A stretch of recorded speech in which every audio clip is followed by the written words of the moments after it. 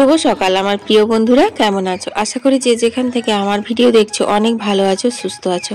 আসানসোল থেকে আমি অর্পিতা, তোমাদের অর্পিতা, আবারও একটা নতুন ভিডিও নিয়ে চলে এসেছি।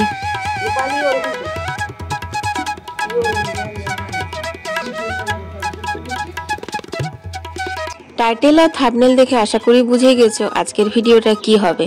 হ্যাঁ গো, আজকে আমি আমার সোমবারের রুটিন তোমাদের সাথে শেয়ার করব। প্রত্যেক সোমবার আমি কিন্তু এইভাবেই কাটাই। তো চলো বন্ধুরা, এখন ঘরের কাজ করতে করতে তোমাদের কয়েকটা সুন্দর সুন্দর কমেন্টের উত্তর দিয়ে দিই। নিশা পাল লিখেছে দক্ষিণ দিনাজপুর থেকে, দিদি ভাই তোমার ভিডিও আমি রোজ দেখি, তোমার ভিডিওতে আমার নামটা নিলে আমি অনেক খুশি হব।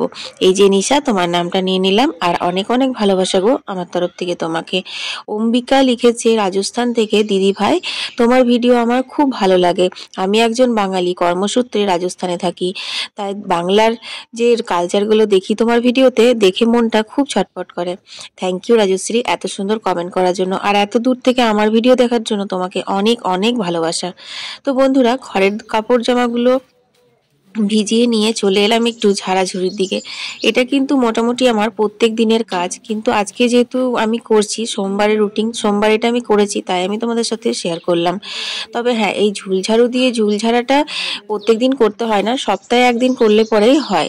তবে এই যে টেবিল ফেবিল দেখছো, এইগুলো কিন্তু প্রত্যেক দিনই মুছতে হয়, কারণ প্রচণ্ড ধুলো আমাদের এখানে। তোমাদের আমি অনেকবার শেয়ার করেছি, আমাদের এখানে সামনেই বাইপাস রোড, সে কারণে না একদিন যদি আমি না মুছি তাহলে কোনো বাইরের মানুষ এসে বলবে যে বাবা অর্পিতা কত নোংরা থাকে, কতদিন জানি এটা মোছা হয়নি, এরকম ভাবে ধুলো পড়ে যায়। তো মা দেখতেই পাচ্ছ ব্যস্ত, সবাই ব্যস্ত সকালবেলা, তাই না? তো যাই হোক, ঘরের সমস্ত কাজ সেরে আমি চলে এসেছি এখন রান্নাঘরে। আজকে ঝোল আর ভর্তা করব। ভর্তা হচ্ছে কপি পাতার ভর্তা, আর এই যে দেখছো পেঁপে, আলু, কাঁচা কলা, ফুলকপি, এগুলো সব কিছু দিয়ে একটা ঝোল করব বড়া দিয়ে। কারণ আজকে হচ্ছে সোমবার, আর আজকে বিশেষ কিছু রান্না মাছ মাংস করব না, কারণ রবিবার দিন তোমরা তো জানোই একটু হেভি খাবার হয়ে যায় খাওয়া, তো সেই জন্য সোমবার একটু হালকা হালকাই খায়।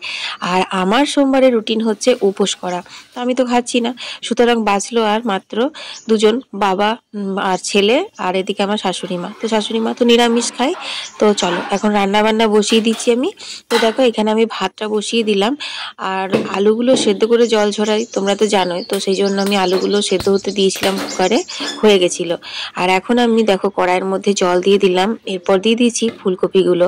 ফুলকপিতে অনেক রকমের পোকামাকড় থাকে, আর ফুলকপি কিন্তু গ্যাস হওয়ারও অনেক কারণ থাকে, তো সেই কারণে যদি একটু হলুদ দিয়ে জলে ভাপিয়ে দাও তাহলে জীবাণুগুলোও নাশ হয়, আর ফুলকপি কিন্তু খেলে গ্যাস হয় না।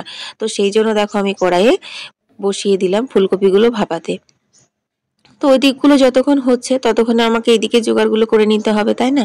তো এখন আমি পেঁয়াজ আর রসুন কেটে নিচ্ছি, কারণ এই ঝোলটা আমি বুবলার আর বুবলার বাবার জন্য পেঁয়াজ রসুন দিয়ে করব, আর মায়ের জন্য নিরামিষ তুলে রাখবো। তোমরা আমার প্রচুর ভিডিওতে দেখেছো আমি একই রান্না নিরামিষ আমিষ কিভাবে করি।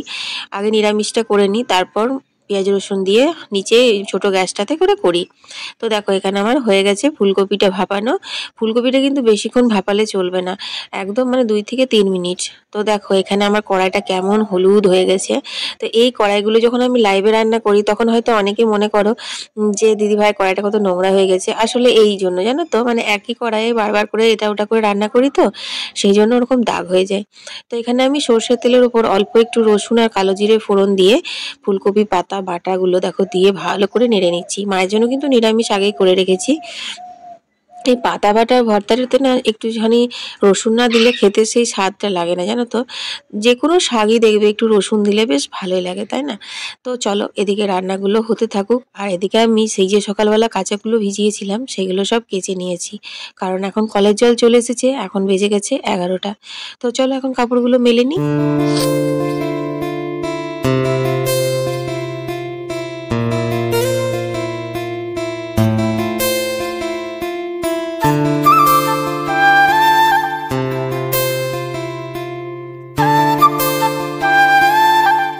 চলো বন্ধুরা বন্ধুরা কাপড়গুলো মেলতে মেলতে তোমাদের কয়েকটা সুন্দর সুন্দর কমেন্টের উত্তর দিয়ে দিই।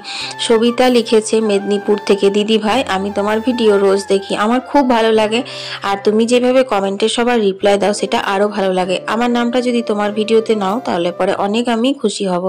এই যে সবিতা দিদি ভাই, তোমার নামটাও নিলাম, আর অনেক অনেক ধন্যবাদ গো আমার ভিডিওতে কমেন্ট করার জন্য।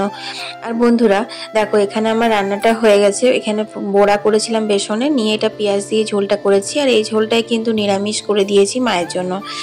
তো এগুলো তো আমি লাইভে শেয়ার করে দিয়েছি, কারণ তোমরা তো আমার লাইভ ভিডিও দেখতে বেশি পছন্দ করো, সেই জন্য আমি রেসিপিগুলো সব লাইভেই শেয়ার করে দিই।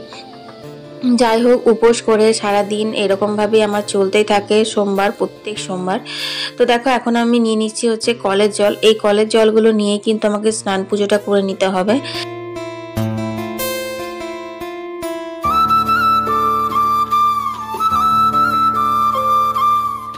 তো বন্ধুরা তোমরা যারা এতক্ষণ ধরে আমার ভিডিও দেখছো তাদেরকে অনেক অনেক ধন্যবাদ, অনেক অনেক ভালোবাসা। আর যারা এখনো আমার ভিডিওতে লাইক দাওনি তারা প্লিজ একটা ভিডিওতে লাইক দিয়ে দিও, কারণ তোমাদের একটা লাইক আমাদের মতো ক্রিয়েটারদের মনোবল অনেক বাড়িয়ে দেয় একটা নতুন ভিডিও বানানোর জন্য। আর আমি তো লাইভে তোমাদের সাথে রেসিপি শেয়ার করতেই থাকি, তোমরা যারা ভিডিও দেখছো তারা লাইভ জয়েন করো, তোমাদের আশা করি ভালো লাগবে। সেখানে অনেক গল্প করতে করতেই আর মানে রান্নার রেসিপি দেখতে দেখতে হবে রান্নাগুলো। যাই হোক, আমি কিন্তু প্রত্যেকদিন দুপুর 2টোর সময়তে প্রিমিয়ারে ভিডিও দিই। যারা আমার সাথে লাইভ চ্যাট করতে চাও তারা অবশ্যই দুপুর 2টোর সময় জয়েন করো, ভিডিও দেখতে দেখতে তোমাদের সাথে কথা হবে। তো দেখো এখন আমি কলের জলগুলো নিয়ে নিচ্ছি।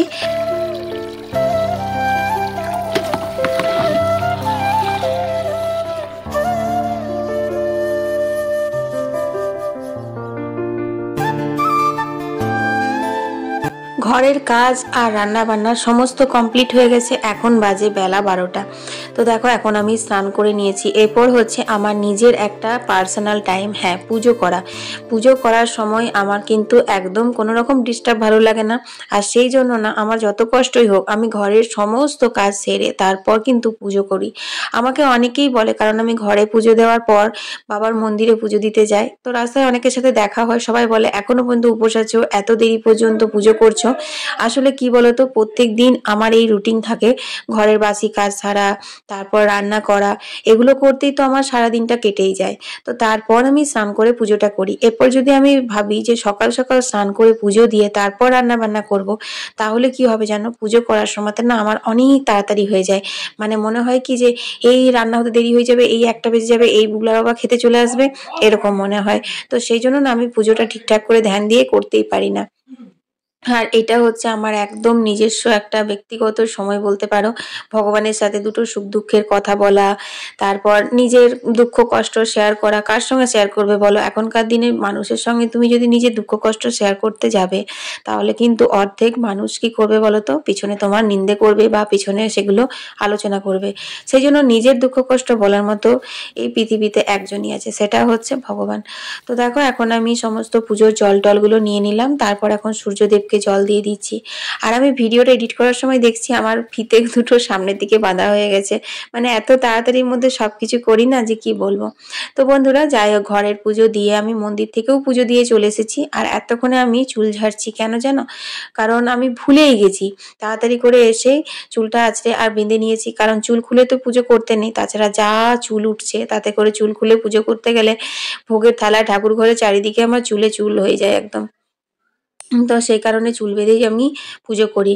আর দেখো এখন আমি একটুখানি চুলটা শুকিয়ে নেব। আর বুবলার বাবা চলে এসেছে, মা খেতে দিয়ে দিয়েছে, ওদের সবার খাওয়া হয়ে গেছে।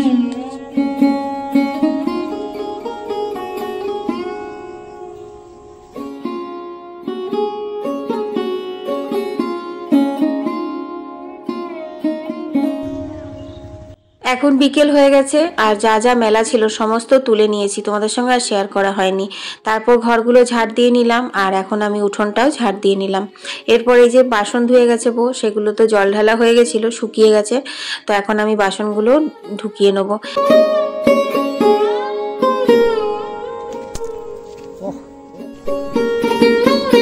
তো বন্ধুরা এরপর দেখো আমি 1 কাপ কফি করলাম। আজকে আর চা খেতে ইচ্ছে করছে না, যেহেতু উপোস করে আছি। আর হ্যাঁ, আমি কিন্তু সোমবার দিন পুজো করে এসে বাবার যে ফলমূল দিয়ে পুজো দিই সেটাই কিন্তু দুপুরবেলায় খেয়ে জল খাই। আর তারপর দেখো এখন আমি একটুখানি কফি খেয়ে নিচ্ছি আর আমার গাছের সুন্দর সুন্দর ফুলগুলো দেখছি।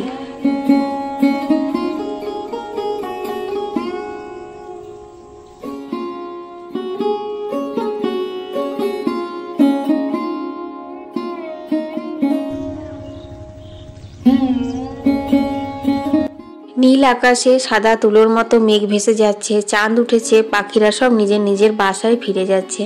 এত সুন্দর একটা বিকেল তোমাদের সঙ্গে শেয়ার না করে আমি আর থাকতে পারলাম না বন্ধুরা। তো আজকের বিকেলটা একদম অন্যরকম ছিল। আমার কিন্তু আজকের বিকেলে মনটা খুব খুশি খুশি লাগছিল। তাই আমি যেটাই দেখি, আমার যেটা ভালো লাগে সেটাই আমি আমার প্রিয় বন্ধুদের সাথে শেয়ার করি। তো বন্ধুরা এখন দেখো আমি সন্ধে দিয়ে নিয়েছি। তো তোমরা তো জানো যে ঘরে সন্ধে দেওয়ার পর আমি মন্দিরে সন্ধে দিই। তো আজকে না খুব একটু শীত করছিল, সেই জন্য আজকে উলিকোটে নাইটিটা পরে ঘরে সন্ধে দিয়ে নেবো। তারপর কিন্তু শাড়ি পরে আমি মন্দিরে সন্ধে দিতে যাব। তো প্রত্যেক দিন সন্ধেবেলায় কিন্তু আমি ঠাকুর ঘরে সন্ধে দিয়ে তারপর গোপালকে যেমন মিষ্টি জল দিয়ে শয়ন দিই, সেরকম কিন্তু আমি শিব বাবাকেও মিষ্টি জল দিয়ে শয়ন দিই। তো বন্ধুরা সেইটা তো আর ভিডিও করা হয়নি, কারণ সারাদিন উপোস করে কাজও থাকে অনেক। আর তাছাড়া আমার সন্ধে দেওয়ার সময়ও কিন্তু সন্ধ্যের শীতল করতে অনেক সময় লাগে, ভিডিওটা অনেক বড় হয়ে যেত। তা তোমরা যদি দেখতে চাও তাহলে অন্য একদিন কিন্তু আমি অবশ্যই শেয়ার করব আমি সন্ধেবেলায় সোমবারে বাবার পুজোটা কিভাবে করে থাকি।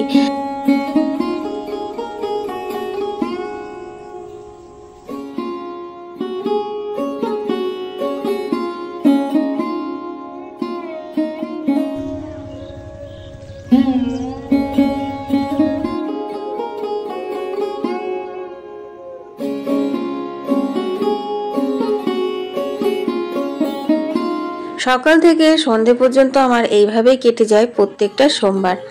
অনেকদিন ধরেই ভাবছিলাম তোমাদের সাথে আমি সোমবারের রুটিনটা শেয়ার করব। যাই হোক বন্ধুরা, আমার সোমবারের রুটিনটা তোমাদের কেমন লাগলো কমেন্টে জানাতে ভুলো না। ভালো লাগলে অবশ্যই লাইক দিও, আর হ্যাঁ, বন্ধু বান্ধবদের সাথে শেয়ার করা একদমই ভুলো না।